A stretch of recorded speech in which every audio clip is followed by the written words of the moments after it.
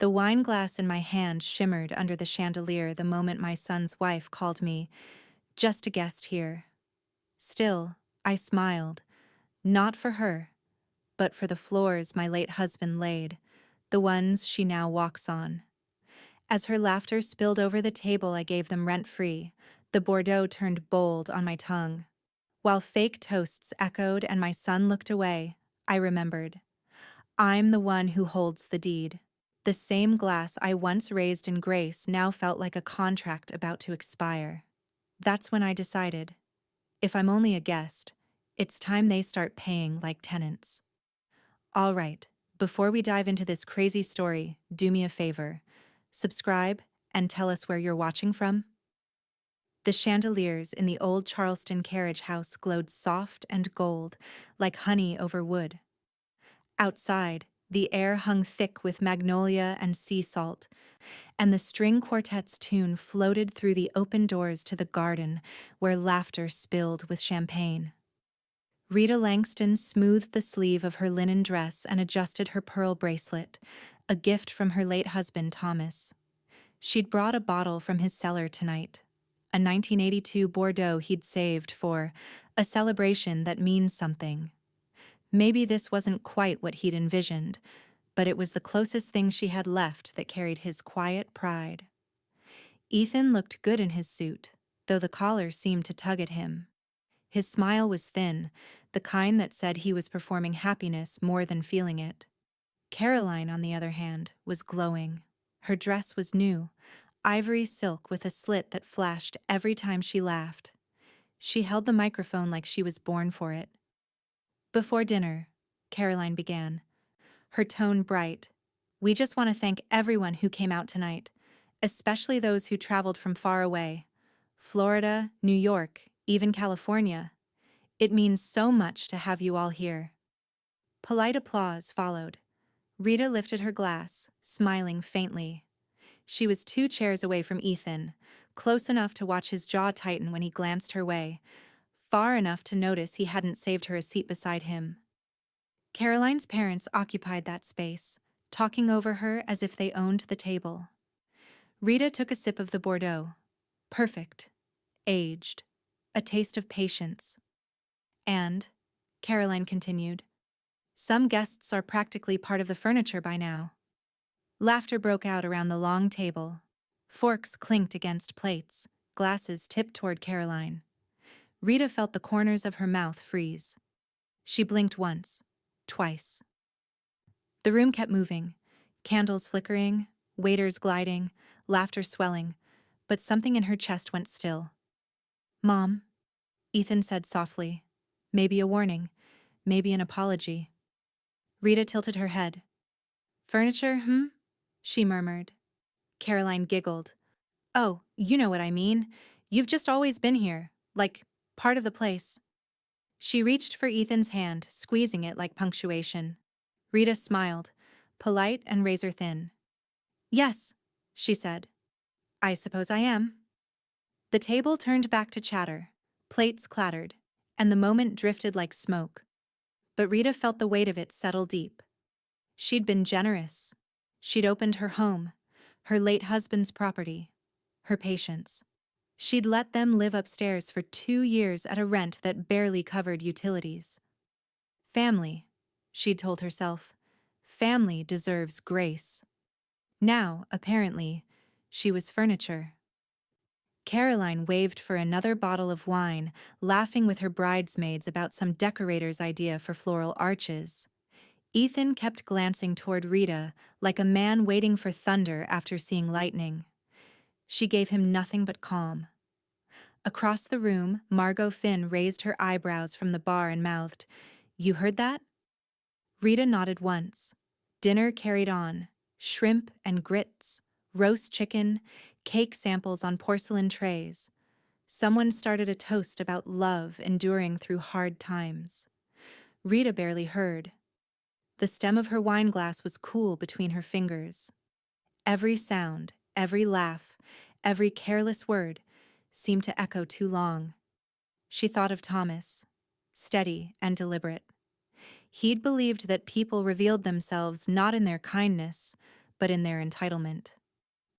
When someone forgets who gave them the floor they're standing on, he used to say, "Don't remind them. Move the floor." Rita took one last sip, tasting the end of patience.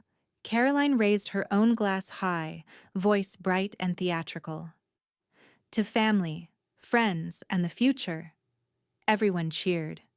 Rita smiled, the kind of smile that belonged to someone already writing a different story in her head. She lifted her glass, not in salute, but in understanding. To the future, she echoed softly, eyes on Caroline. The Bordeaux glinted dark red in the light, like a secret only she knew. When the toasts were done and the chatter turned toward dessert, Rita excused herself. She walked out to the porch, where the air was cooler, the noise distant. Fireflies blinked over the stone fountain. She took out her phone, opened her calendar, and tapped a reminder. Call Trevor. Monday. Her reflection in the glass door smiled back at her, steady and calm. Inside, Caroline's laughter rang out again, high, careless, certain. Rita closed her phone, slipped it into her clutch, and whispered to no one, "Enjoy the weekend, sweetheart." The house was silent when Rita stepped inside, the kind of silence that carried weight. Like the air itself was waiting for her to make a decision. The porch light cast a honeyed glow across the hallway photographs. Ethan's graduation, Thomas in his navy blues, a family Thanksgiving where everyone was still pretending things were fine. She slipped off her shoes, set her clutch on the console, and stood for a long moment before walking into her study. The faint hum of the dehumidifier filled the space. On the far wall, her filing cabinets sat like sentinels. Beige metal, every drawer labeled in her neat block print. Langston Property Holdings. The nameplate gleamed under the desk lamp. Rita pulled open the top drawer and reached for the thick manila folder marked Upstairs Unit, Lease. Inside, everything was exactly where she'd left it. Copies of rental agreements, repair invoices, tax receipts. She flipped through until she found the current lease. Paper slightly curled at the edges. Her eyes scanned down the page. Monthly rent, $200. Term, month to month. Renewal, discretion of owner. Rita leaned back in her chair. A soft, humorless laugh escaped her. "No binding term," she murmured. "No protection at all." She turned the paper over as if something new might reveal itself. Nothing did. The silence pressed in again, filled only by the tick of the wall clock and the distant hum of a neighbor's lawn sprinkler. Outside her window, Charleston was sinking into night. Porch lights flickering on, cicadas thrumming in the oaks, the faint smell of the harbor drifting in. She pulled out her calculator, an old solar model she'd used since her appraiser days, and began typing. 3,250 minus 1,200 equals 2,050. She stared at the number, the difference between charity and fairness. Margot's voice came from the doorway, gravelly and familiar. "You still working, Rita? It's near 11. Rita turned, half smiling. "Couldn't sleep." Margot stepped inside barefoot, holding 2 mugs of chamomile tea. "I saw your porch light. Figured that meant something was brewing." Rita accepted the mug, the steam curling between them. "Do you know what the market rent is for a 2-bedroom upstairs unit downtown?" Margot arched an eyebrow. "You tell me, you're the appraiser." 3,250. "Lord," Margot said, taking a sip. "And what are they paying?" Rita's mouth pressed into a thin line. 1,200. Margot blinked. "That's not rent, that's charity." Rita let the words hang there a moment before answering. "It was family." Margot set her mug down on the edge of the desk. "Not anymore." The tone wasn't cruel. It was final. Like a verdict. Rita looked back at the lease, the faded ink of her own signature. Rita Langston, owner. Beneath it, Ethan Langston and Caroline Shaw Langston, tenants. She remembered that day, Caroline had arrived late, perfume too sweet, talking about good vibes and open communication. Rita had smiled, thinking goodwill would be enough to keep the peace. She turned to another document. The property deed, notarized 22 years ago. This home and its adjoining unit belonged to Rita Mae Langston in full. Thomas had insisted her name stay on it alone. For security, he'd said. Back then, it felt unnecessary. Now, it felt prophetic. Rita rose and crossed to the window. The upstairs lights were still on in the tenant unit. Ethan's shadow passing by, then Caroline's, tall and restless. She could almost hear the faint laughter from their living room. The thought didn't sting the way it used to. It clarified. I let them live here because I wanted Ethan close, she said quietly. After Thomas passed, the house felt too big, too empty. And what did you get in return? Margot asked. Rita's gaze hardened. A front row seat to my own demotion. For a long time, neither spoke. The cicadas outside screamed their endless song, and the house creaked as if remembering too much. Finally, Margot stood, brushing invisible dust from her pajama pants. You've got every legal right, Rita.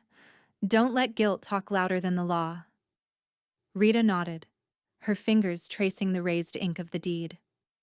I'm not angry, she said softly. I'm awake. Margot smiled faintly. Good, because that's usually when the fun begins. When Margot left, Rita returned to her desk. She pulled a blank notepad toward her and wrote across the top line, in slow, deliberate cursive, Monday, call Trevor Shaw. New lease terms. Then, beneath it, effective immediately, reassess rent, update contract. She underlined effective immediately twice. Outside, the upstairs light finally went dark. Rita watched it fade through the lace curtains, her reflection staring back, calm, certain, unmovable. She took a long sip of her now cold tea, set it down beside the deed, and whispered into the still air. Furniture doesn't own property. I do. Monday morning arrived with a bright Charleston sun and the sound of distant gulls, too cheerful for the mood settling over Rita's house. The smell of coffee filled the kitchen, but she barely tasted it. Her mind had already moved to the study, to the folder waiting on her desk like an unopened verdict. At 9:05 sharp, she dialed Trevor Shaw's office. The man had a voice like warm paper, polite, deliberate, not one to waste adjectives. Rita Langston, she introduced herself. I believe we need to make some updates to an existing lease. There was a pause, then the faint smile in his tone. You've been sitting on that idea for a while, haven't you? Long enough, she said. By 10 o'clock, she was parked outside his office downtown, an old converted warehouse tucked behind a row of art galleries. Inside, it smelled of cedar and coffee grounds. The walls were lined with framed property maps and antique surveying tools, a quiet shrine to order and ownership. Trevor rose from behind his desk, tall and gray at the temples, and shook her hand. You look like a woman about to draw a line.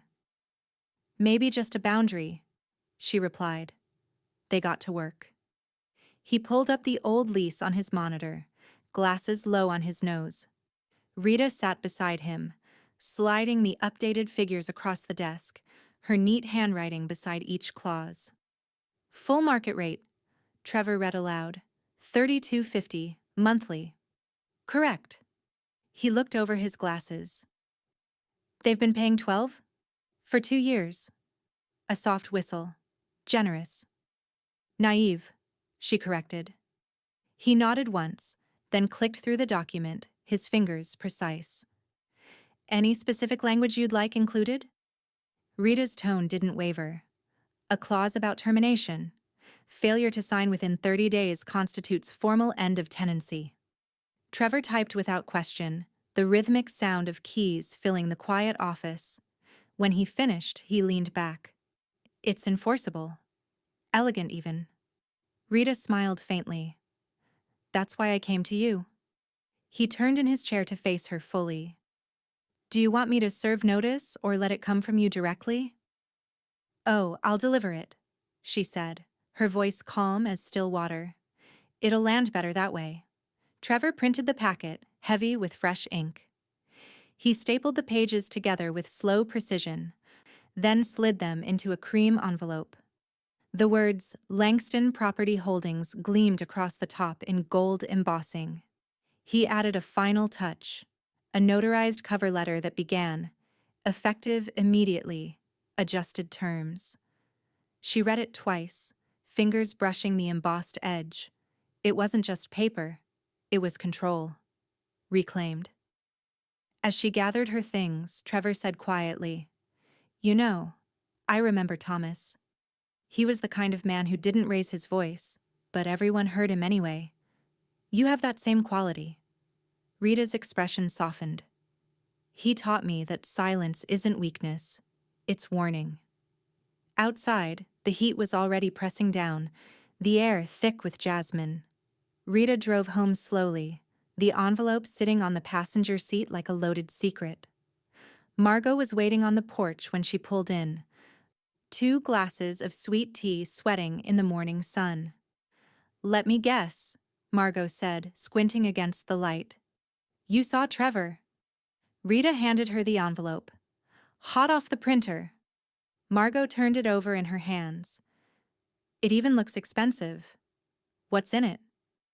"A fair offer," Rita said, settling into the porch chair beside her. Margot tilted her head. "You raising it or replacing them?" Rita's eyes followed a pair of mockingbirds fighting over the bird bath. "Let's give her a chance to read between the lines." Margot chuckled. "Caroline doesn't read lines. She performs over them."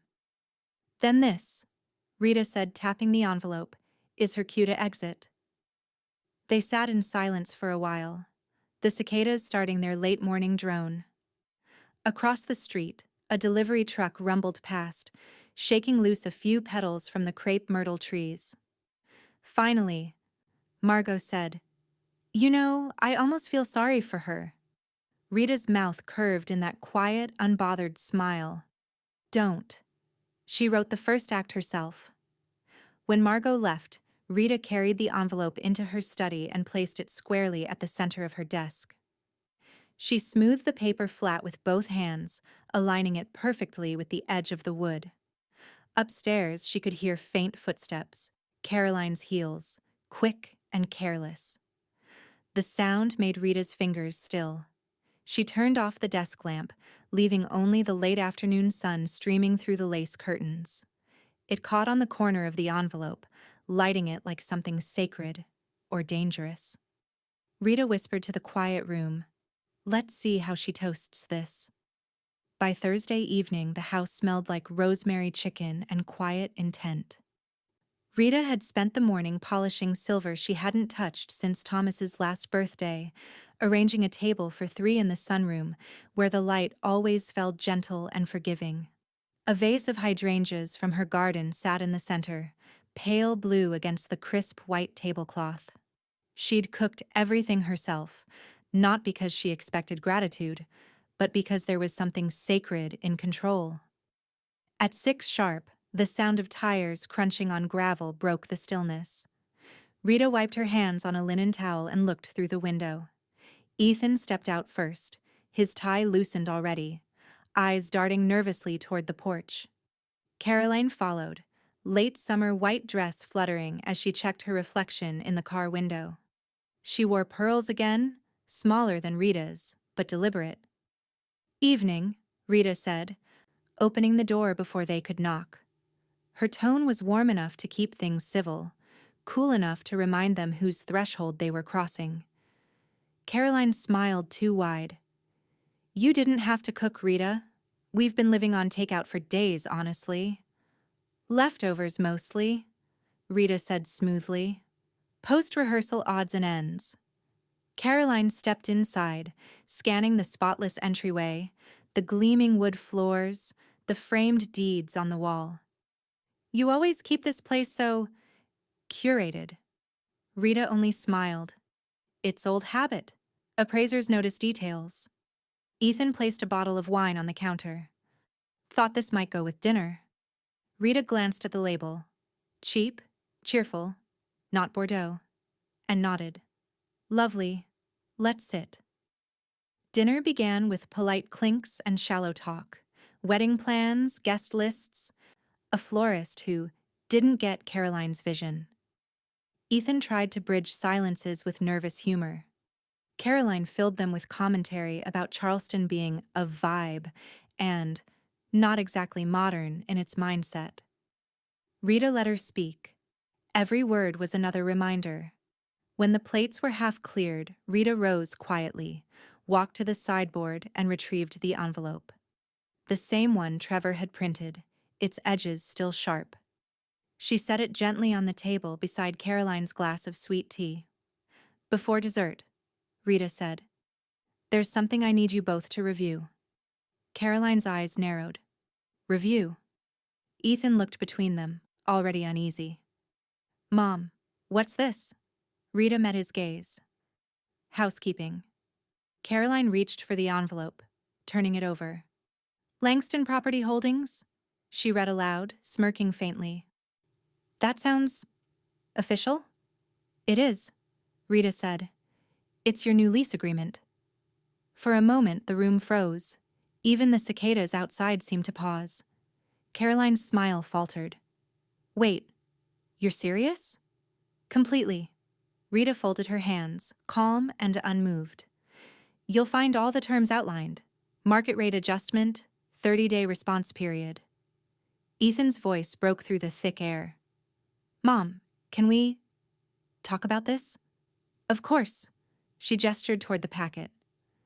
"Page 6 is the payment schedule." Caroline flipped through the pages, her manicured fingers shaking slightly now. "You're tripling the rent?" Rita tilted her head. "I'm aligning it with Charleston's current market value." "That's insane. We're family." Rita's smile didn't reach her eyes. "Exactly. That's why I kept the late fee low." Ethan pushed back his chair slightly, running a hand through his hair. "You could have told us before drafting this."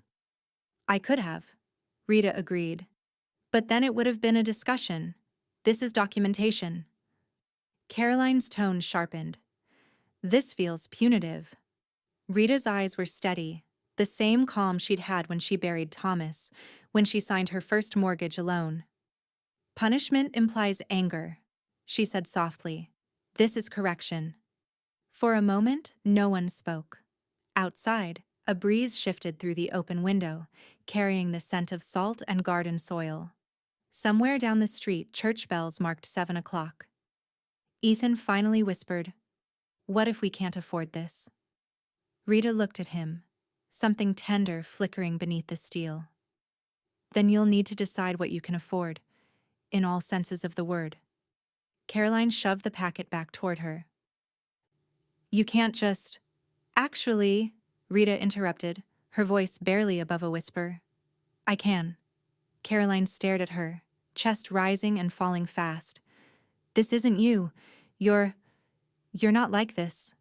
Rita's gaze didn't waver. "No. I used to be nicer."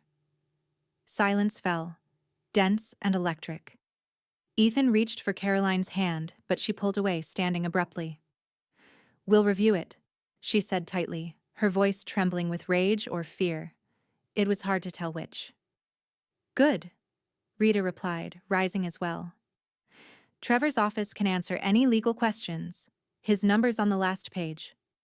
Caroline's eyes flicked up, searching for something soft in her mother-in-law's face, but there was none. Just calm civility, polite, precise, unshakable. When they left, Ethan paused on the porch, the envelope under his arm. "Mom," he said quietly. "Why now?" Rita met his eyes, steady and tired. "Because I finally remembered whose name is on the deed." He opened his mouth, but she didn't wait for him to find words. She turned back inside, closing the door gently behind her. The click of the lock sounded almost ceremonial. She leaned against the door, exhaling, her pulse steady. On the table behind her, 3 plates sat half-finished, the chicken growing cold. Through the window, the headlights faded down the drive. Rita walked back to the table, picked up the now empty envelope, and slipped it into the trash. The ink had already done its work. Outside, thunder rumbled faintly across the harbor, distant but moving closer. The next morning arrived heavy with leftover thunder and tension. Charleston's air carried that post-storm stillness, the kind that hums with things unsaid. Rita stood at the kitchen counter, stirring sugar into her coffee, watching rainwater slide off the porch roof in thin, deliberate streams. She hadn't slept. Not from regret. Rita never regretted clarity, but from the echo of Ethan's face on the porch last night. Torn. The boy who used to bring her wildflowers after mowing the lawn, now a man divided between loyalty and fear of confrontation. At precisely 9, a knock came. 3 quick raps, familiar and impatient. When she opened the door, Caroline stood there, sunglasses on though the sky was still overcast.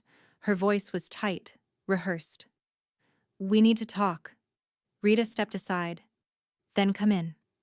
Ethan followed, silent, holding a folder under his arm that wasn't the one she'd given them. His shoulders sagged, suit wrinkled like he'd slept in it. They stood in the living room where the air smelled faintly of lemon oil and resolve. The lace curtains fluttered. Rita gestured toward the couch. Caroline didn't sit. "We reviewed your lease," she began sharply, "and I just want to be clear about something. Family doesn't send eviction-level paperwork over dinner." Rita's lips curved slightly. "Family also doesn't call you furniture at a public event." Caroline's jaw tightened. "That was a joke." Rita's voice stayed calm, almost gentle. "When you introduced me as furniture, you redefined the relationship." The silence that followed wasn't empty. It was razor-thin. Ethan stared at the floor. Caroline's mouth opened, then closed. She turned away, pacing near the mantel where framed photos of Thomas and Ethan as a boy lined the wood. Her reflection glared back from the glass. "You're twisting this," she said finally. "It was one comment." "One comment that told me everything I needed to know," Rita replied. "About how you see me, and this house, and him." She nodded toward Ethan, who looked smaller than he had ever looked in this room. Caroline crossed her arms. "You can't seriously expect us to pay over $3,000 a month. We're about to have a wedding." Rita's eyes didn't flicker. "You can afford the wedding. You can afford the rent."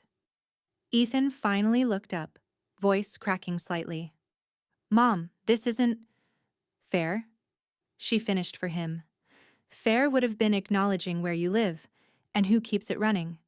Fair would have been a seat beside you at that table." He flinched, guilt flashing across his face. Caroline rolled her eyes. "This is ridiculous. You're trying to humiliate us." Rita turned, walked to her desk and returned with a manila envelope. She laid it gently on the coffee table between them. "This isn't humiliation. It's arithmetic." Caroline frowned. "What's that supposed to mean?" "It's your budget worksheet." Ethan blinked. "Mom." Rita kept her tone measured. "I filled it in for you, based on your spending patterns the past 3 months. Spa visits, brunches, the deposit for your rehearsal venue, and that new car lease. There's room to afford rent. You'll just have to shift your priorities." Caroline's color rose. "You went through our finances?" Rita raised an eyebrow. "You Venmo me for rent." "It's not espionage, dear. It's record-keeping." Ethan's hands clenched around the folder he was holding. "You're punishing us." Rita met his eyes, steady, unflinching. "No, Ethan. I'm correcting my generosity." Caroline let out a brittle laugh. "You sound like one of those women who watches court shows all day." "Funny," Rita said. "Trevor used to represent one of them." The jab landed quietly but clean. Caroline grabbed her purse from the armchair. "You can keep your stupid lease." "I intend to," Rita said. Carolyn turned to Ethan, eyes blazing. You coming? He hesitated, caught in the space between anger and shame. Rita saw the boy in him, the boy who once hid behind her legs when Thomas raised his voice. She almost softened. Almost. Ethan, she said, her tone even, you're welcome to stay. But if you walk out now, you're choosing to be a tenant, not a son. The air thickened. He looked from Caroline to his mother and back again. Then he set the folder down on the table, softly, almost respectfully, and said, I'll talk to you later, Mom. Caroline stormed toward the door. Ethan followed, slower. The door slammed hard enough to rattle the picture frames. Rita didn't move for a full minute. The echo of the slam faded, replaced by the ticking of the wall clock. Finally, she sat down, opened the envelope she'd given them, and straightened the worksheet. Not a smudge, not a wrinkle. Through the window, she watched Caroline stride down the walk, heels stabbing into the gravel, Ethan trailing behind like a man who didn't yet know what he'd lost. Margot's voice drifted from the porch next door. That sounded like fireworks. Rita didn't look up. Just a storm finishing what it started. She folded the worksheet back into the envelope, tucked it neatly into her drawer labeled Documentation, Active, and whispered to herself, they wanted to play house. I just reminded them who holds the deed. The first of the month came quietly, wrapped in heat and cicadas. Charleston's summer had settled into its sticky rhythm, and the hydrangeas out front drooped like they were tired of pretending to bloom. Rita sat at her breakfast table, the morning paper folded neatly beside her coffee, her laptop open to the online banking dashboard. She refreshed the page. Nothing. Her fingers tapped once against the ceramic mug. No rent payment. Not even a partial. For 2 years, the money had always appeared like clockwork. On the first early morning, labeled Langston Rent from Caroline's Venmo. A flourish of emojis to disguise a favor. Now, silence. Rita didn't call, didn't text. She waited. On the second day, she baked a peach cobbler and left it cooling on the counter. On the third, she took her coffee out to the porch, where Margot was trimming her rose bushes with unnecessary aggression. Still no payment? Margot asked without looking up. Nothing, Rita said. Maybe the internet's down for people who don't pay their bills. Margot snorted. She thinks deadlines are suggestions. Rita's lips twitched, almost a smile. We'll remind her they're not. That afternoon, she drafted an email, short, calm, and perfectly polite. Subject: Payment reminder, Langston Property, Holdings. Dear Ethan and Caroline, as of today, rent for the upstairs unit has not been received.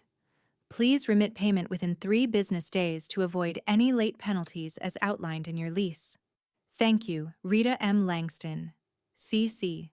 Trevor Shaw. Skipper. She clicked send and felt the same quiet satisfaction she'd felt years ago closing her first home appraisal report. Complete. Factual.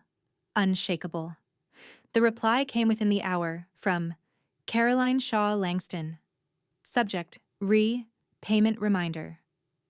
Seriously? Rita, you're making a scene over a little delay? We've been busy. You know, planning a wedding, managing actual adult responsibilities. You could have called instead of CCing your lawyer. Rita read it twice, her pulse steady. Then she clicked forward, added a single line to Trevor. Please proceed per terms. That evening, Margot came by with 2 glasses of white wine and a grin sharp enough to cut paper. So, how'd the lovebirds take their reminder? Rita handed her the laptop. Read for yourself. Margot scrolled through the message, cackled once. Actual adult responsibilities. Bless her heart. She set the glass down. Trevor's gonna love this. He already does, Rita said. 2 days later, an envelope arrived by courier. Trevor's handwriting was crisp on the front.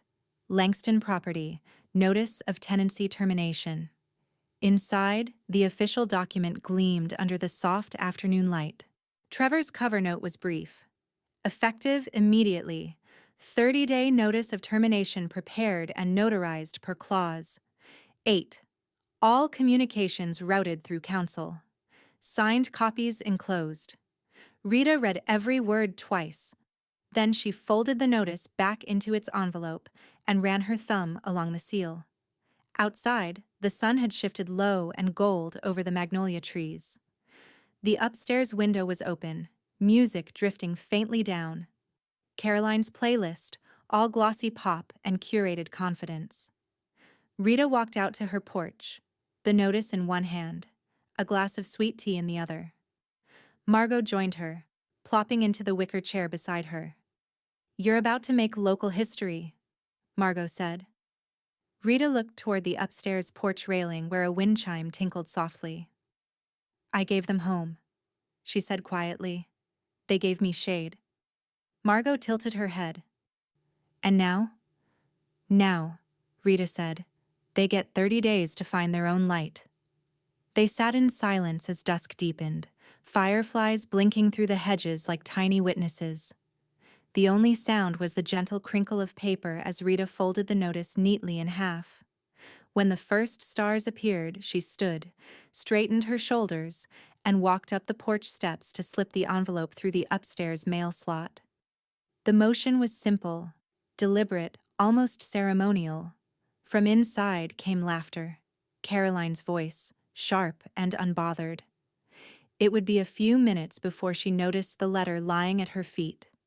Rita lingered only long enough to hear the rustle of paper picked up and the abrupt stop of laughter. Then she turned, walked down the steps, and closed her own door with a soft click that sounded a lot like justice. The knock came on a Sunday afternoon, soft and hesitant. Rita almost didn't answer it. She'd been in the study, sorting through old tax folders, the faint hum of the air conditioner the only sound in the house. When she opened the door, Ethan stood there alone, holding a cardboard box that once held liquor bottles. "Hey, Mom," he said, voice quiet. "Can I come in?" Rita glanced at the box. "What's that?" "Some old photo albums. I found them in the attic closet upstairs. Didn't want them lost in the shuffle." She opened the door wider but didn't smile. Shuffle implies movement. I don't see much of that happening. He managed a faint chuckle, stepping inside. He smelled like humidity and guilt, like someone who'd sat in his car rehearsing. He placed the box carefully on the coffee table, brushing invisible dust from his sleeves. "Caroline doesn't even know I came," he said quickly. "She's just stressed. The wedding's got her spinning, and the rent thing, it blindsided her." Rita walked to the kitchen and poured 2 glasses of iced tea, her movements slow and deliberate. "She's not blindsided, Ethan. She's been walking with her eyes closed for months." He sighed. "You don't have to make this harder than it already is." Rita returned, set a glass in front of him. "Hard? You think holding people accountable is hard? Try carrying a mortgage alone for 20 years. He rubbed the back of his neck, avoiding her eyes. "I know you helped us, and we appreciate that. Appreciation doesn't show up on my bank statement." He swallowed, the faint click of his throat the only sound. "She just needs a little time, maybe an extension.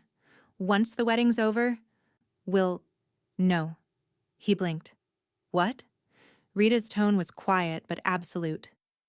"No extensions, no negotiations. You had 30 days. You've had grace for 2 years. He sat back, deflated. "You've changed, Mom." She didn't flinch. "No, Ethan. I've remembered." Silence filled the room. The only movement came from the ceiling fan slicing slow arcs through the warm air. Rita leaned down and pulled the box closer. The top flap was slightly torn. Inside were photo albums, her handwriting on the spines, neat and looping. Langston family, 1991-1998. Ethan's senior year. Thomas and Rita, travels. She opened one at random. The pages crackled faintly with age. There, in faded Polaroid color, was Ethan, 20, grinning beside Caroline in their first shared apartment. The wallpaper behind them was peeling, a single houseplant drooping on the sill. She'd labeled the photo in her steady hand. Our first apartment, rent paid, in love. Rita stared at it for a long moment, then looked up at her son. "You see this?" she asked. He nodded cautiously. "That caption used to mean something sweet. Thomas wrote it when he helped you pay that first month's rent after graduation. He thought love could carry you through anything." She closed the album carefully, like handling glass.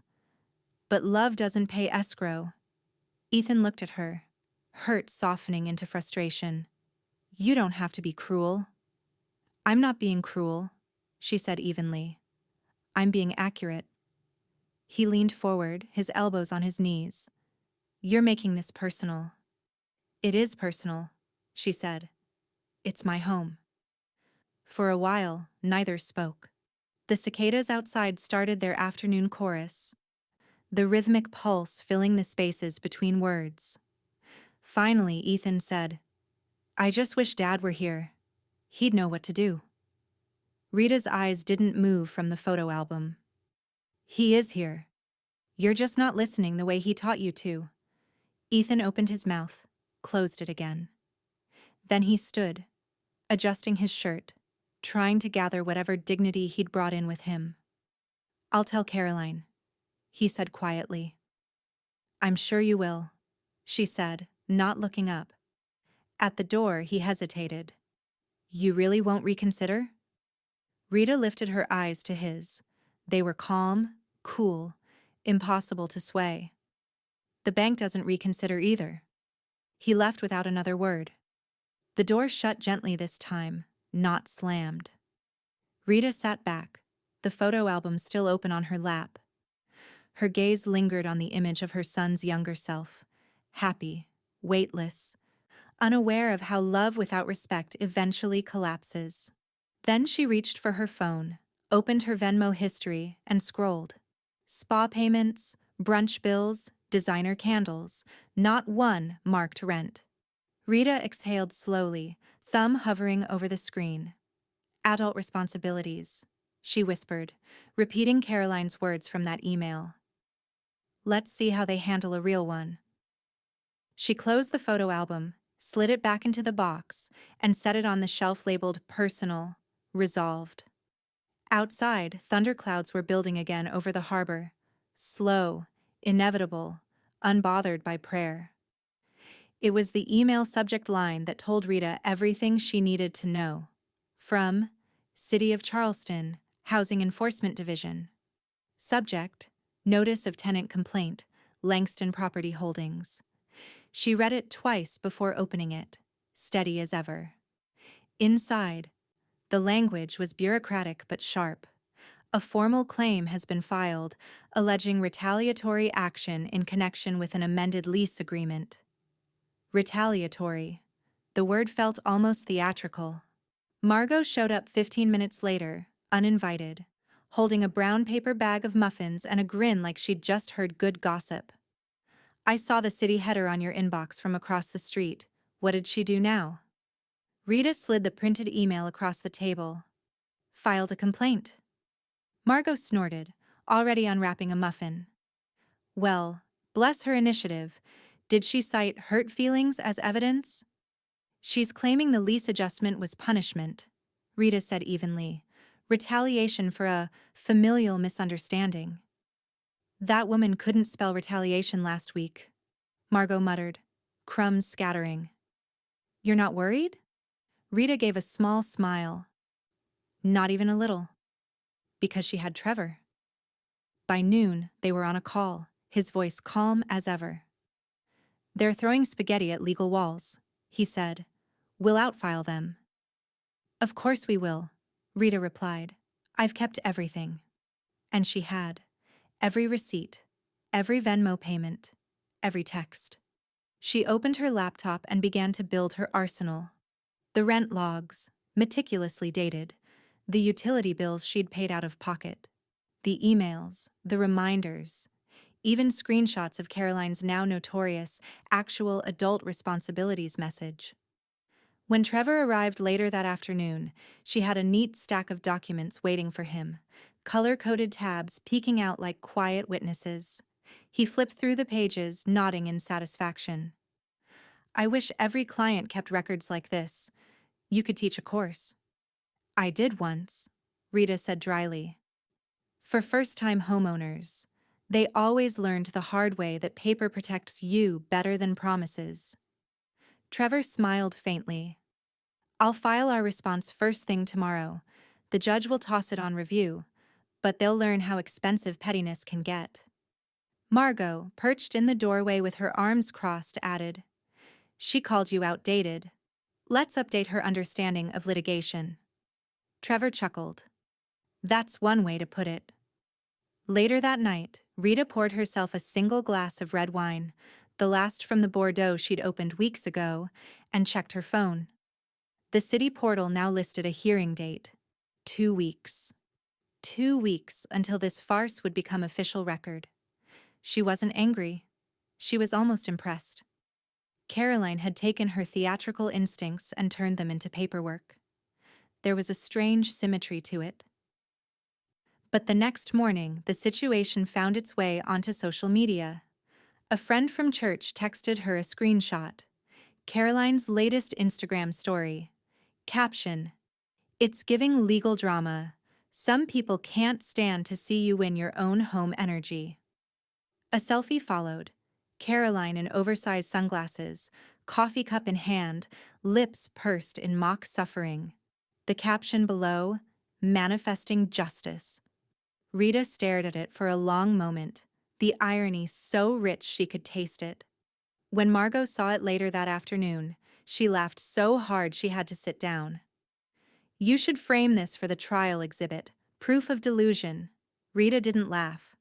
She's not delusional, she said softly. She's desperate. And desperation makes people loud.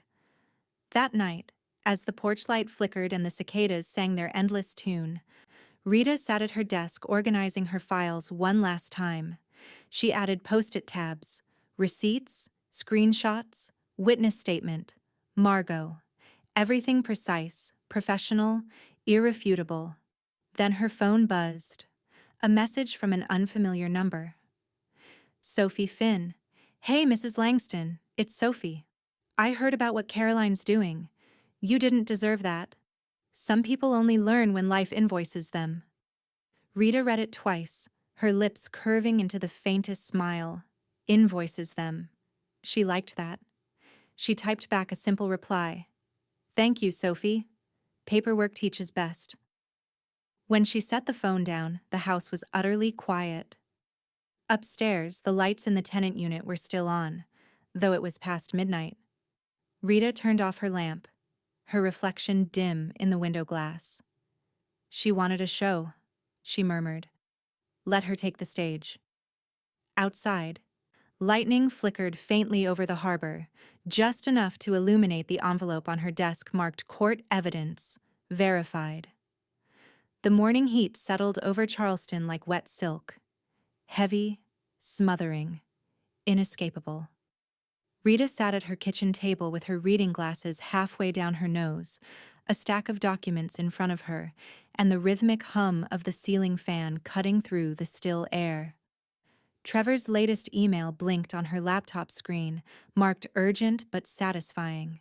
She clicked it open. Subject: Confirmation. No renter's insurance on file. Rita, just verified through their lease disclosures and the city records. Ethan and Caroline never purchased the required renter's insurance policy. That means no tenant protection during an active contract dispute. T.S. Rita leaned back in her chair, a slow, deliberate smile touching her lips. The contract clause, paragraph 11, subsection D, was one she'd included at Trevor's suggestion years ago. Most people skip the fine print, he'd told her then. That's where you hide the armor. She closed the laptop, stood, and walked to the window. The upstairs blinds were drawn, but she could hear faint music, a beat too upbeat for the situation. Caroline's doing. Always noise when silence would have been smarter. Margot arrived not long after, wearing a wide-brimmed hat and the expression of someone ready for gossip and justice. "Well?" she asked, dropping her tote bag on the counter. Rita poured 2 glasses of sweet tea, the ice cubes cracking sharply. Trevor confirmed it. No insurance, not one policy document, not one premium receipt. Margot's grin was pure mischief. "So, no protection?" Rita handed her a glass. "None." Which means... She reached into her neatly labeled filing drawer and pulled out a second set of papers, the kind with highlighted sections and embossed seals. Per the lease, all utilities funded through the landlord are conditional on compliance with contract terms. Margot's eyes widened. "Rita Langston, are you about to make Charleston a few degrees hotter?" Rita took a slow sip. "Just honoring the paperwork." By afternoon, the calls began. First from Ethan, then from a number she didn't recognize. Caroline, of course, who'd rather use burner energy than humility. Rita ignored them both. She'd already called the utility company, provided the notarized request, and confirmed the cutoff date. June 14th. The day the air conditioner stopped humming upstairs. Charleston hit 93 degrees by noon. At first, Rita pretended not to notice. She watered her hydrangeas, reorganized the pantry, and put on a light linen blouse. By mid-afternoon, she could hear Caroline through the open window, pacing, muttering, complaining. At 3:17 p.m., Margot knocked once and slipped onto the porch with 2 glasses of lemonade. "She's posted again," she said, handing Rita her phone. On the screen glowed Caroline's latest masterpiece, Caroline Shaw. Langston, who shuts off AC in June? Landlords who hate love. It's a tenant drama, karma always wins. The photo showed Caroline fanning herself dramatically with a wedding brochure. Margot snorted so hard she almost spilled her drink. Now she's melting, and not from affection. Rita set the phone down. Maybe heat will loosen her grip on entitlement.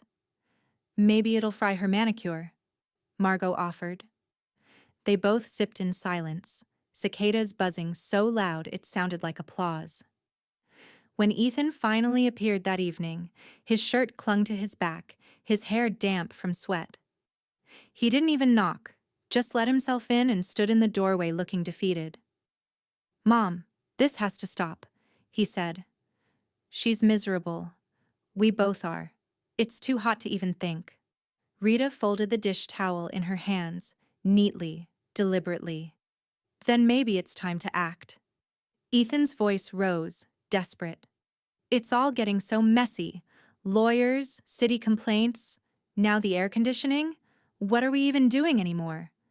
Rita met his gaze, calm as glass. "Cleaning up," she said softly. He ran a hand through his hair.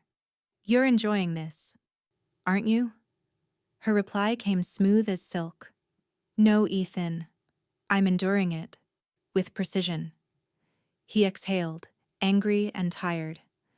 She just wants to feel respected. Rita looked out the window toward the upstairs unit, where a fan now whirred uselessly in the open window. "Respect isn't a feeling. It's a contract." He shook his head. "You've changed." Rita's voice dropped to a whisper. So was that toast. The silence afterward was so thick it felt physical. Ethan didn't reply. He just turned and left, the screen door slamming behind him. When his car finally pulled out of the driveway, Rita stood at the window watching the upstairs lights flicker. Caroline's silhouette crossed the curtain, pacing, phone in hand. Downstairs, Rita's house stayed cool, her own AC purring contentedly. She opened her ledger, drew a neat line beneath June 14th, utilities adjusted per clause, and capped her pen. Margot texted her a single line an hour later. "Justice served at room temperature." Rita allowed herself a quiet chuckle. "No," she murmured, setting down her pen. Justice served, slightly chilled. Outside, the heat rose in waves off the pavement, And upstairs, Caroline's laughter had gone silent. The envelope arrived on a Wednesday morning, thick and official. The kind of paper that carried weight both literal and moral. Rita didn't need to open it to know what it contained. Trevor's final notice of tenancy termination. Still, she slit the top with her letter opener. More ceremony than curiosity. The document was precise. Language as cold and clean as a winter wind. Eviction notice finalized. Move-out deadline, July 1st, 5 p.m. Rita folded it once, set it in the center of the dining table, and whispered, "Done." By noon, she had already called Charleston Coastal Movers. The woman on the phone recognized her name. "Langston property, right? We've done work there before." "Yes," Rita said. "Same address, new tenants soon. Bring an extra truck, and please, handle everything with care." "You paying or billing the renters?" Rita hesitated only a second. "I'll pay. So they can't say I made it hard." When she hung up, the house felt still, waiting for the next act. 3 days later, the trucks arrived. 2 white moving vans, engines rumbling in the humid air. Men in blue shirts unloaded dollies and boxes, sweat glinting on their necks. Rita greeted them with a pitcher of iced tea and a firm smile. "Upstairs," she said. "Be courteous. They're sensitive." The crew chief nodded.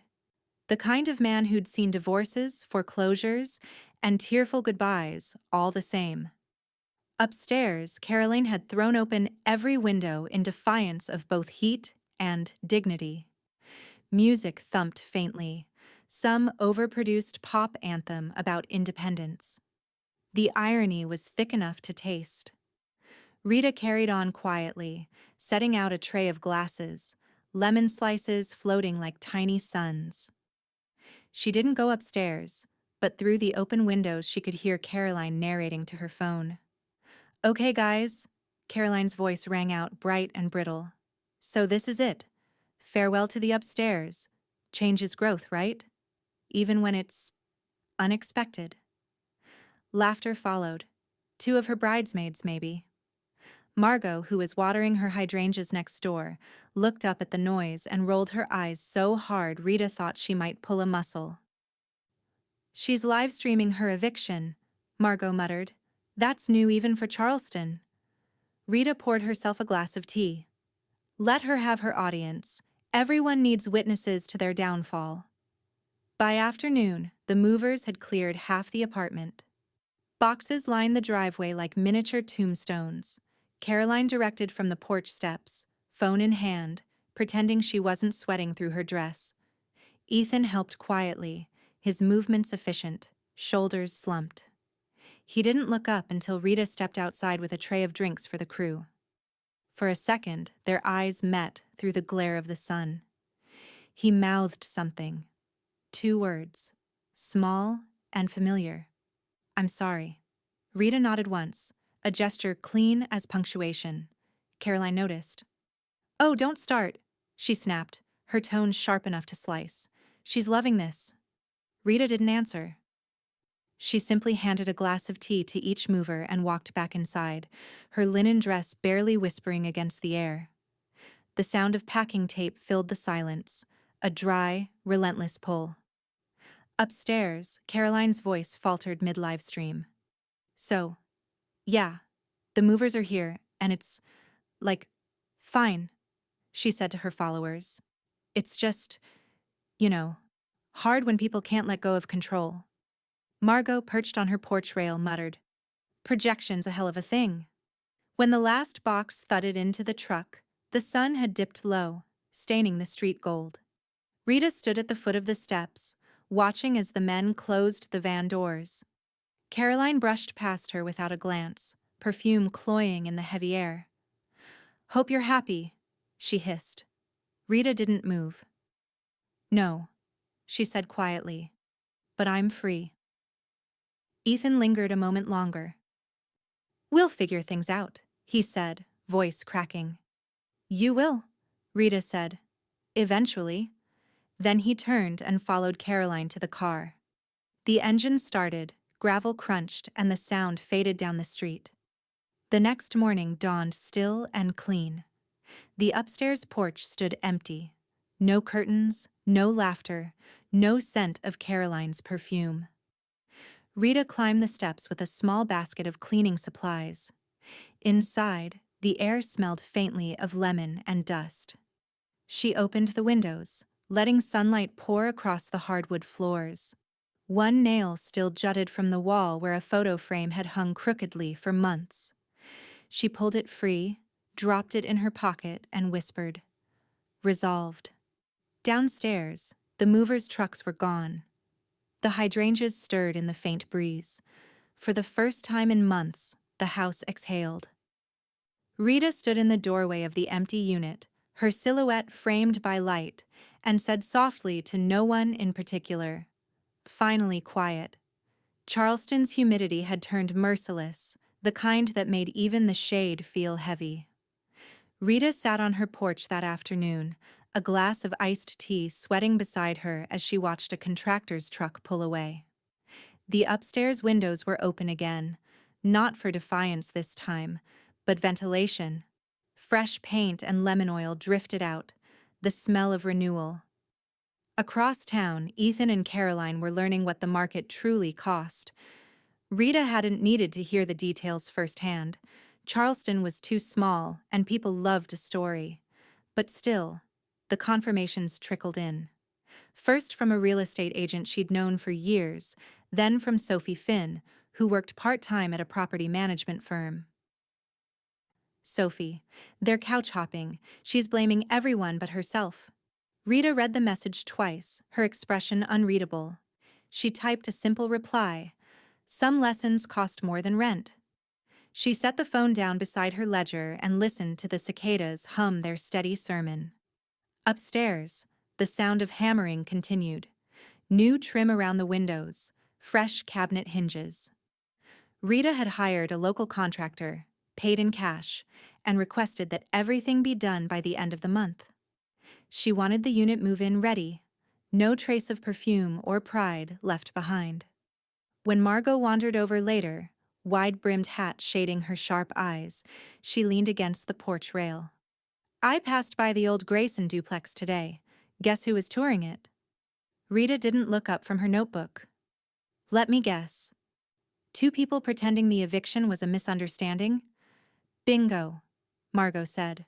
"Word is they didn't even make it past the first round of screening. Background checks show everything these days." Rita finally glanced up, her tone dry. "Consequences are the most thorough background checks of all." Margot grinned. "That's not a crash, Rita. That's a landing." Rita allowed herself a small laugh, the kind that didn't quite reach her eyes.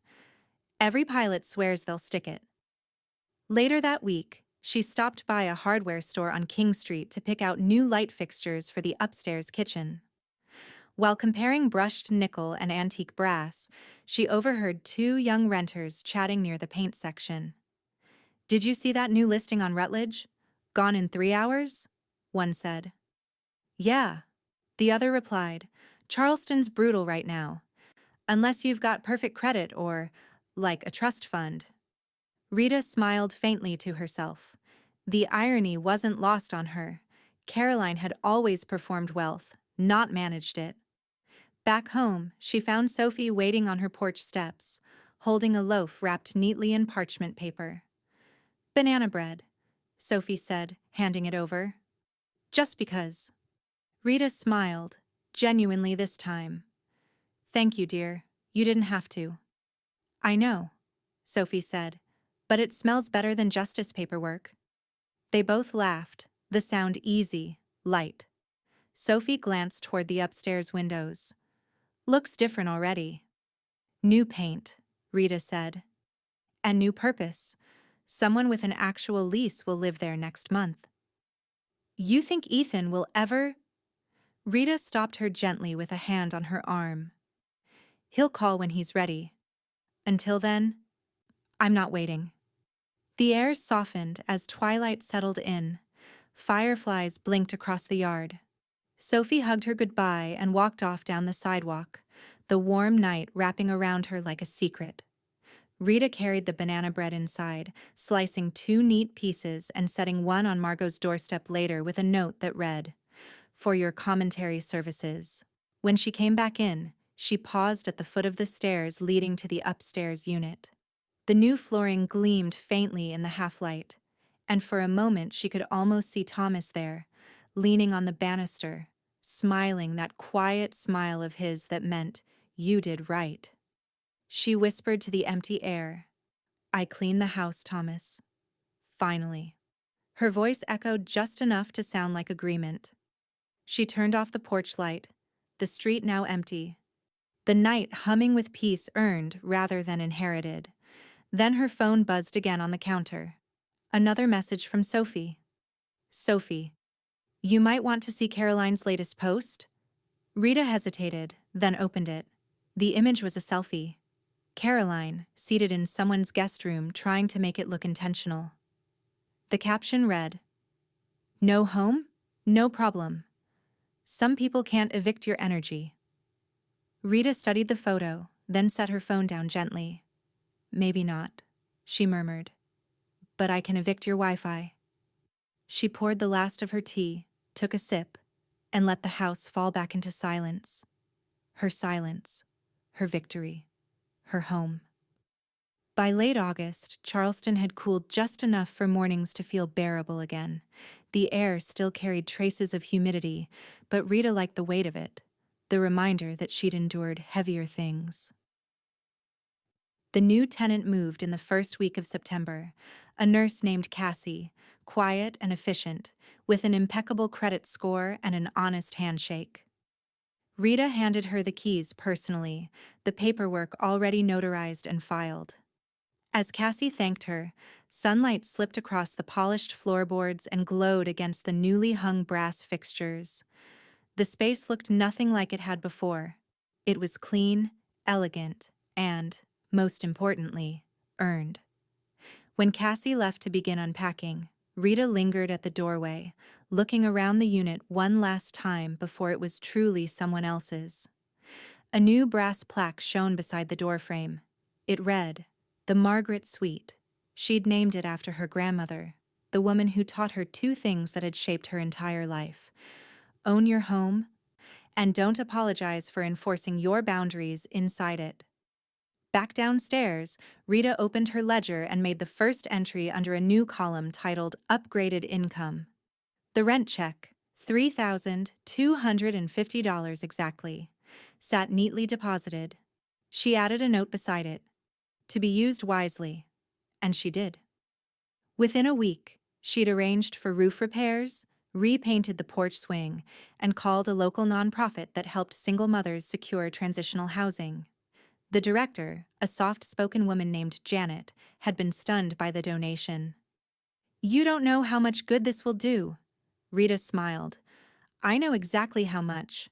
It's 3 months' rent." When Margot heard, she nearly spit out her coffee. "So you evict the ungrateful and turn around to house the grateful. I swear, Rita, you're like the Southern version of poetic justice." Rita chuckled. "No, Margot, just balance." That afternoon, she placed a new welcome mat at the top of the porch stairs. Its woven lettering caught the sunlight like a quiet warning and a promise all at once. Respect lives here. The peace was tangible, the quiet no longer sharp but gentle. Then one morning, over coffee, Rita checked her phone and noticed something curious. Caroline had unfollowed her on social media. The absence was almost laughably predictable. A few minutes later, Ethan's name disappeared too. She stared at the screen for a long moment, thumb hovering over his contact photo, the one taken years ago, both of them grinning in the garden Thomas built by hand. She didn't cry. She didn't sigh. She just whispered, "So that's the final payment." That night, she wrote in her journal. Her handwriting was as steady as her heartbeat. "They left me for a brunch table. I left them at the courthouse. Peace isn't free, it's leased monthly, and I finally charge market rate." She closed the notebook and tucked it into the drawer beside her deed folder. Every Friday, Sophie began stopping by after her nursing shifts. She always brought something: fresh flowers, a pastry, once even a set of lace-trimmed curtains she'd found at a thrift shop. "Thought these would look nice upstairs," she'd say, voice bright even after 12 hours on her feet. Together, they installed the curtains in the Margaret suite, the late afternoon light catching on the white fabric like silk. Sophie climbed down the step stool and looked around, satisfied. "It feels like home," she said softly. Rita smiled, her eyes on the sunlight dappling the walls. "It is home. It just took me a while to reclaim it." Sophie grinned. "You really did upgrade, didn't you?" "Every square foot," Rita said. When Sophie left, Rita stood alone in the quiet again. The faint hum of the new tenant's music drifted through the ceiling. Soft jazz, low and comforting. She walked to her study, opened her journal again, and added one more line beneath the last. "Forgiveness doesn't mean forgetfulness. It means better tenants." Outside, the porch lights flickered on, and Charleston's evening air turned cool and golden. Rita took her tea onto the porch, looked up at the warm glow in the upstairs window, and felt something she hadn't felt in years: ease. Still, when she looked out toward the street, a familiar car slowed as it passed. Ethan's. He didn't stop, didn't wave. Just glanced once toward the house before driving on. Rita's heart ached. Not from anger this time, but from recognition. She whispered into the settling dusk, "You'll find your own house one day, son. Just make sure you know who owns it." The words lingered in the air, steady and true, like the hum of crickets across a summer night. The late September air carried that first crisp promise of fall, a mercy after months of Charleston heat. Rita stood in her study, the morning light catching on her reading glasses and the thick stack of legal papers that covered her desk like a chessboard mid-game. The air smelled faintly of cedar polish and decision. Trevor sat opposite her, tie loosened, the same calm professionalism that had guided her through every battle. "You're certain?" he asked, pen poised. "This locks everything completely." "I've been certain since June," Rita said, "but certainty deserves paperwork." She reached for the top page. The document bore a new header, crisp and heavy in ink: "The Langston Property Trust." Trevor began reading aloud, his voice steady as a metronome. "Effective immediately, the undersigned Rita Mae Langston transfers ownership of both units located at 223 and 225 Rutledge Avenue into irrevocable trust." Rita nodded slowly, her eyes following the text. "Management and ownership succession are hereby designated to—" He glanced up, faintly smiling. "Miss Sophie Finn." Rita's gaze softened. "She's earned it. She understands value, not vanity." Trevor continued, "All future rent proceeds will be allocated to a charitable fund, titled the Langston Women's Housing Grant, supporting women seeking stable housing after hardship." The words hung in the air like the final chords of a hymn. Margot, who had insisted on attending as witness and cheerleader, leaned back in her chair, whistling low. "You're rewriting the family tree with ink that doesn't smudge." "That's the idea," Rita said. Trevor flipped to the next section, eyes scanning quickly. "Per your request, Ethan and Caroline Langston are hereby excluded from any future financial claim to the property, trust assets, or rental proceeds." Margot grinned. "You ironed that out better than a tux." Rita smirked, uncapping her fountain pen. "Wrinkles only come back if you let them." Trevor adjusted his glasses. "Then all we need are your initials, bottom of every page, top right corner. Full signature on the final line." Rita leaned forward, her hand steady, looping her initials in elegant script, RML. Each stroke was slow, deliberate, final. By the third page, Margot poured her a glass of water. "This is the quietest victory I've ever seen," she murmured. Rita didn't look up. "Because it's the only one that lasts." When she reached the final page, Trevor placed a notary seal beside her signature and pressed it firmly into the paper. The sound, sharp, final, satisfying, echoed in the still air. "Congratulations," he said. "You've effectively safeguarded your legacy." "Correction," Rita said, closing the folder. "I've upgraded it." 2 days later, she invited Sophie over. The young nurse arrived in her scrubs, hair pulled into a loose braid, a faint line of fatigue under her eyes that spoke of double shifts and quiet strength. Rita poured her coffee and slid the trust document across the table. "I need you to read this." Sophie blinked, cautious. "Am I in trouble?" "Quite the opposite." As Sophie read, her expression shifted from confusion to shock, then to something softer, something reverent. "You're naming me successor landlord?" she whispered. "Of both units?" Rita nodded. "When the time comes, it's yours to manage. The income goes directly to the grant fund. I've already filed the paperwork for nonprofit status." Sophie's voice cracked. "I don't know what to say." "Say thank you," Margot called from the porch doorway, pretending not to eavesdrop. Sophie laughed, then covered her mouth as her eyes filled. This is how you toast a legacy." Rita smiled faintly. "I prefer my toasts with less champagne and more ink." Sophie reached across the table, squeezing Rita's hand. "You didn't have to do this." "Yes," Rita said quietly. "I did. Control means deciding what survives you and who deserves to carry it." That night, Rita sat at her desk once more. The signed trust lay sealed in a labeled envelope beside her will. The lamplight painted the pages in gold, and the steady scratch of her pen filled the silence as she added final annotations. When she finished, she leaned back, exhaled, and closed the notebook that had chronicled every chapter of her reclamation. Margot poked her head in from the hall, holding 2 glasses of bourbon. "Well, Mrs. Langston," she said, setting one down. "How's it feel to own peace and profit?" Rita smiled, tired but content. "Feels like closing costs paid in full." They clinked glasses, the sound small but solid. Outside, Charleston hummed with evening life, distant jazz, a passing streetcar, wind through the magnolias.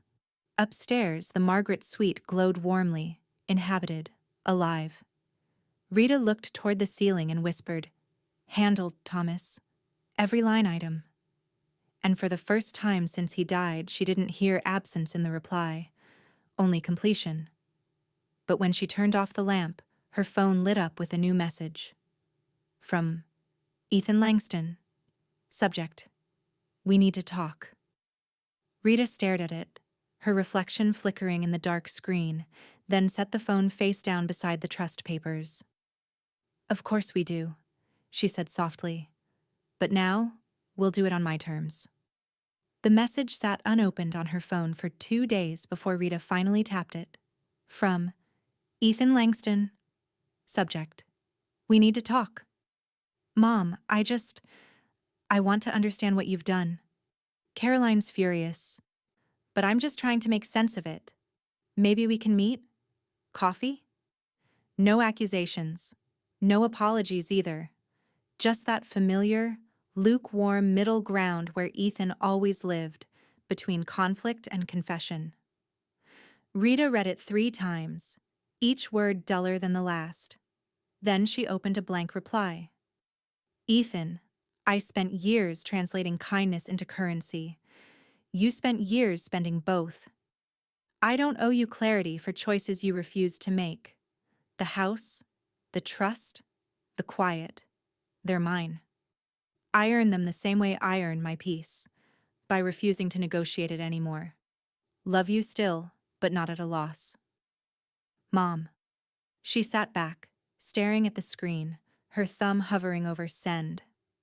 The cursor blinked, waiting, impatient. Then, slowly, she selected Delete Draft. Some words were meant to stay unsaid, especially when silence could do the talking.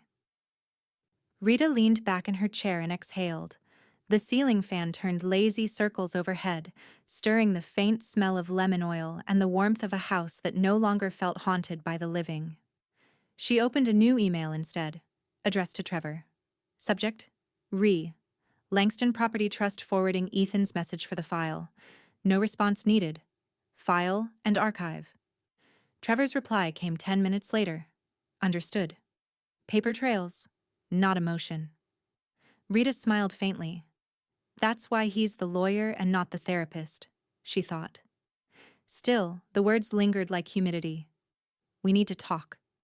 Talk about what? The past? Ownership? Love traded for leniency? Rita decided that every conversation she'd needed to have with Ethan had already been written into legal language. The rest was silence. That evening, she printed his email, not for sentiment, but for closure. The printer hummed softly, spitting out the single page like an invoice overdue. She carried it out to the garden.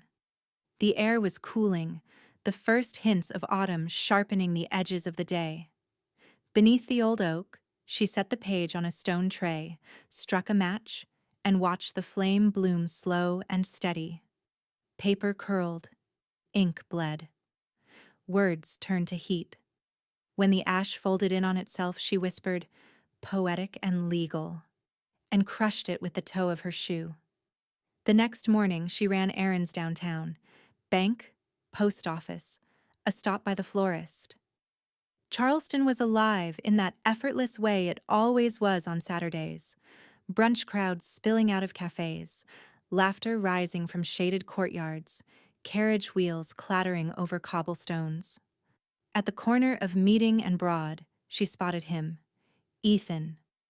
He was coming out of a coffee shop, a to-go cup in one hand, the other shoved into his jacket pocket. For a moment he didn't see her. Then he did. "Mom," he said, startled but smiling. "You look good." Rita tilted her head, sunlight catching the edge of her pearl earrings. "I am good," she said. Finally. He nodded, his eyes dropping, his smile small and uncertain. "I've been thinking about everything, about how it all went." "I know," she said gently. "Thinking's good. It's the least expensive form of progress." He chuckled once, but it didn't last. "Maybe we'll talk soon." "Maybe," Rita said, and stepped aside to let him pass. When she turned to watch him go, he was already swallowed up by the crowd, just another man walking toward a future he didn't yet know how to build. That afternoon, Sophie arrived unannounced, as she often did. "I brought something," she said, holding a parcel wrapped in brown paper. Rita raised an eyebrow. "Another housewarming gift? The house is quite warm enough." Sophie grinned. "Just open it." Inside was a framed photograph, an old one from Rita's album, the rehearsal dinner, the moment before the toast. Rita mid-smile, unaware of what was about to unfold. Someone, likely Sophie herself, had added a caption beneath it in neat script. "Still hosting." For a long moment, Rita just stared.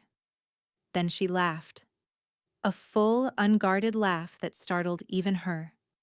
Sophie smiled softly. "Thought it might belong here." Rita set the frame on the mantel, between the deed box and a small vase of hydrangeas.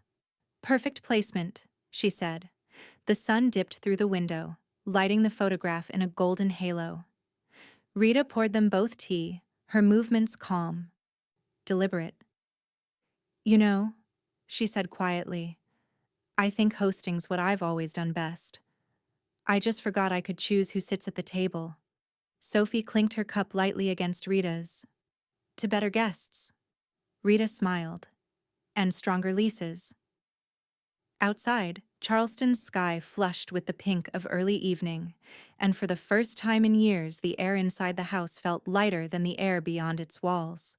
Sunday arrived soft and bright, the kind of Charleston morning that looked airbrushed, light spilling through the magnolias, the air fragrant with salt and jasmine.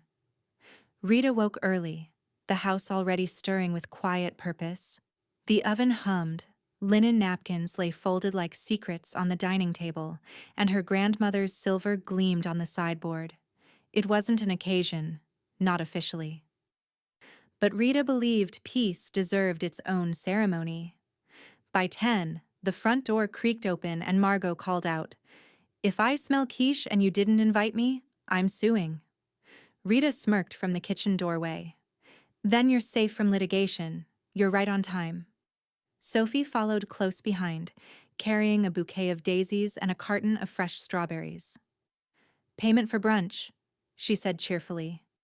Rita took them, arranging the flowers in a mason jar. "Your rent's already paid, dear. This is overpayment, but I'll allow it." Cassie, the new tenant, arrived last, a little shy but smiling. "I brought orange juice," she said. "Thought it might go with everything." "It goes with gratitude," Rita replied. "Please, sit." The table was simple. A quiche with a golden crust, bowls of fresh fruit glistening with dew, flaky croissants wrapped in a clean dishcloth. No champagne tower, no string lights, no performance. Just linen pressed smooth and sunlight warming the table. Margot took her seat and fanned herself with a folded napkin. "You know, Rita, this beats any wedding brunch I've ever attended, and I've been to 5 too many." "That's because no one here is pretending," Rita said. "It's refreshing, isn't it?" They ate leisurely, conversation weaving easily between stories, recipes, and laughter that came without tension. Cassie spoke about her night shifts at the hospital. Sophie about a patient who tried to pay her in peaches.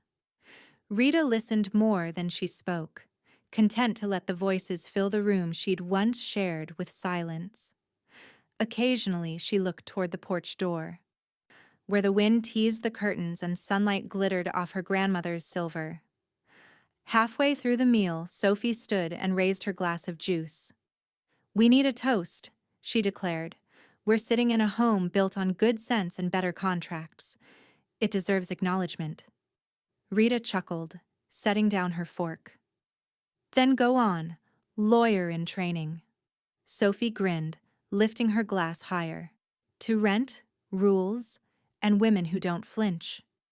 Margot laughed so hard she nearly spilled her drink. "You should embroider that on a pillow." Rita leaned back, smile soft but certain. "To knowing where you sit," she said, "and who owns the seat."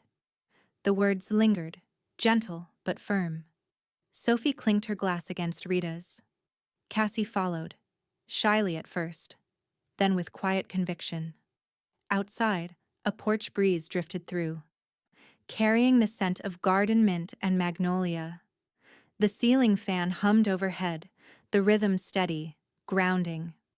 For a moment, Rita thought of Thomas, the way he used to pour her coffee before Sunday Mass, his hand brushing hers in that wordless ritual of partnership. She didn't look for him in the air anymore. She felt him in the steadiness of her own pulse, in the foundation she'd kept intact. When brunch wound down, Margot helped clear the dishes, muttering about earning her seat. Sophie lingered at the sink, sleeves rolled up, humming. Cassie offered to take out the trash, insisting on it, her quiet efficiency reminding Rita why she'd chosen her as a tenant. After the last dish was rinsed and the laughter faded into the hum of the afternoon, Rita walked to her study. The sunlight slanted across her desk, illuminating the safe where her life's work, both financial and emotional, now lived. She unlocked it, careful as always, and slid in a manila folder labeled in her precise handwriting. Langston Property Trust. Final lease. Copies. Below that, she added a new tab, freshly printed, perfectly square. The label read, "Resolved." She closed the safe, pressed her palm against the cool metal for a lingering second and whispered, "Finally." When she returned to the porch, Margot was dozing lightly on the swing, Sophie scrolling through her phone, Cassie sipping tea and staring contentedly into the yard. The world was still. Complete. Everything all right? Sophie asked without looking up. Rita smiled, her eyes tracing the sunlight glinting off the garden fountain. Better than all right. She took her seat at the table again, poured herself a final glass of sweet tea, and let the peace settle deep into her bones. For a long moment, no one spoke. Only the sound of Charleston breathing, the distant call of gulls, the wind brushing through the live oaks, the quiet creak of wood that had stood through generations. Rita lifted her glass slowly, almost ceremonially. At the wedding rehearsal, she said, voice steady. My son's wife said, she's just a guest here. She paused, letting the memory rest, no bitterness left, only clarity. So, she finished softly, a smile curving her lips. I raised my glass. And the rent. The three women laughed, the sound rising like wind through the magnolia branches, and this time, the toast was hers alone.